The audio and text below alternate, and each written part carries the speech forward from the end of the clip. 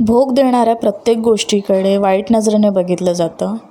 पण आज ही भाजी बनवताना असं वाटलं की कसं आहे ना, प्रत्येक वेगवेगळ्या तऱ्हेची भाजी, त्याची चव वेगळी, पण जेव्हा एकत्र येते त्यावेळेला त्याची चवच वेगळी असते, नाही का? युनिटी इन डायव्हर्सिटी म्हणजेच अनेकतामध्ये एकता आहे, ही शिकवण भोगी हा सण देऊन जातो.